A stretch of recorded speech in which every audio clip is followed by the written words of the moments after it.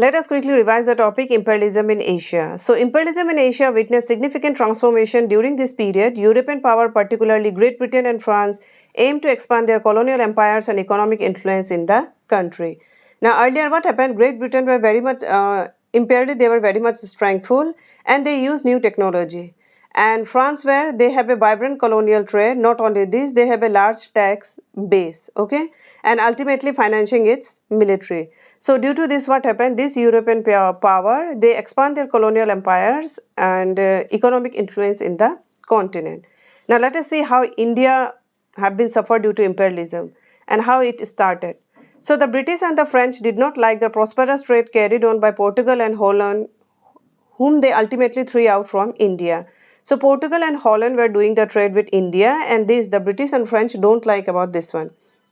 British traders established control over key ports along the Indian subcontinent such as the Bombay, Calcutta and Madras. So these are the old name of Mumbai, Kolkata and Chennai.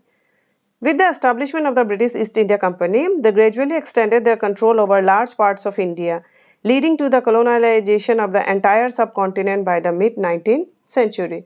So East India Company was an English company that was formed for the exploitation of the trade with East and Southeast Asia and India. It involved in politics and act as a British just imperialism in India. They just begin to dominate. And in this way, the imperialism in Asia has been started. Now let us see in Asia how imperialism just affected in China and how it started. Okay. Chinese goods were in great demand in European countries, but there was no demand for European goods in China. Okay. This one-side trade was not profitable for European merchants, so they started smuggling opium. Now, what is the opium? Opium is a highly addictive and non-synthetic narcotic extracted from poppy plant. To demoralize the Chinese youth and exchange Chinese goods. So, what did they do? They now begin to smuggle just opium. Concerned with the sharp rise in opium addiction and the associated social cause, the Chinese took action against the British. In 1839, the Chinese destroyed British opium in the port city of Canton, sparking the Opium War of 1839 to 1842. So now the Chinese destroyed the British opium in the port city of Canton, and in this way the Opium War started. It started 1839 and continued till 1842. China was easily defeated and Britain gained all 5 ports of China open for British traders. So in this war what happened?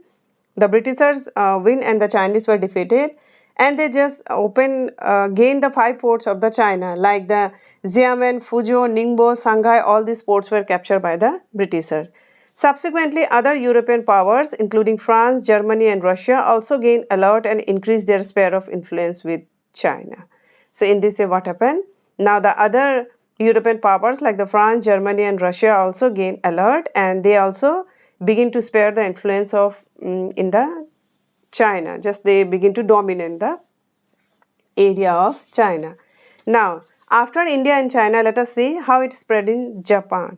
So, Japan was self-imposed, isolated. It faced pressure from the United States to open up trade relations in the mid-19th century. So, it was a self-imposed, isolated country because to stop any external colonial or religious influence, and they had a very strict social structure. That's why they were very much isolated.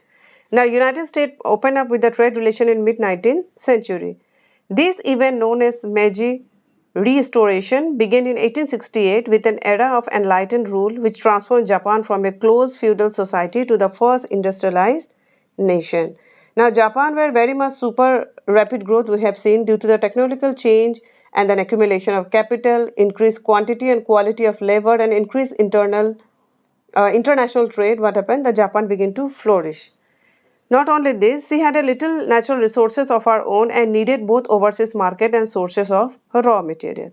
And as a result, Japan embarked on an aggressive program of industrialization, adopted Western institution and technology, and then sought to expand its empire through annexation in East Asia and successful in conquering Formosa, Southern Sakhalin, Korea, Manchuria, Indochina, Burma, Malaysia, Singapore, Indonesia and the Philippines. So due to their aggressive industrialization program, what happened?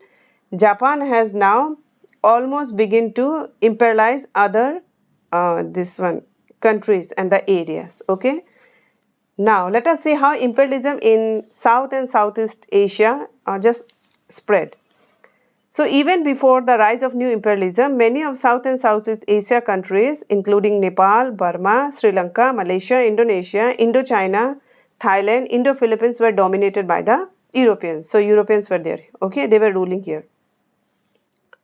Sri Lanka was occupied by the Portuguese, then by the Dutch and later by the British. So in this way, Sri Lanka also was occupied by the Portuguese and then Dutch and later at the last British. French troops attacked Vietnam, claiming that they were protecting the Christian of Indochina. Gradually, with Vietnam, Laos and Cambodia were added to the French colonial empire. So see, in the South and Southeast Asia, how the new imperialism has affected, and slowly the country were controlled by the European powers. Finally, European power imposed their control over Asian territories, exploiting resources, establishing trade network, and asserting political dominance. Okay, so this is imperialism is the result of human aggressiveness and greed, isn't it? Not only this, it also aim in maintaining and extending of power over foreign nations. So as a result, we have seen imperialism in the Asia, where just now we have gone through India, China, Japan, and in the South and Southeast Asia. So I have done a quick revision of the topic, that is the imperialism in Asia. So I hope this must be helpful to you. If you like this video, don't forget to share, like and subscribe, and let us meet with the next video.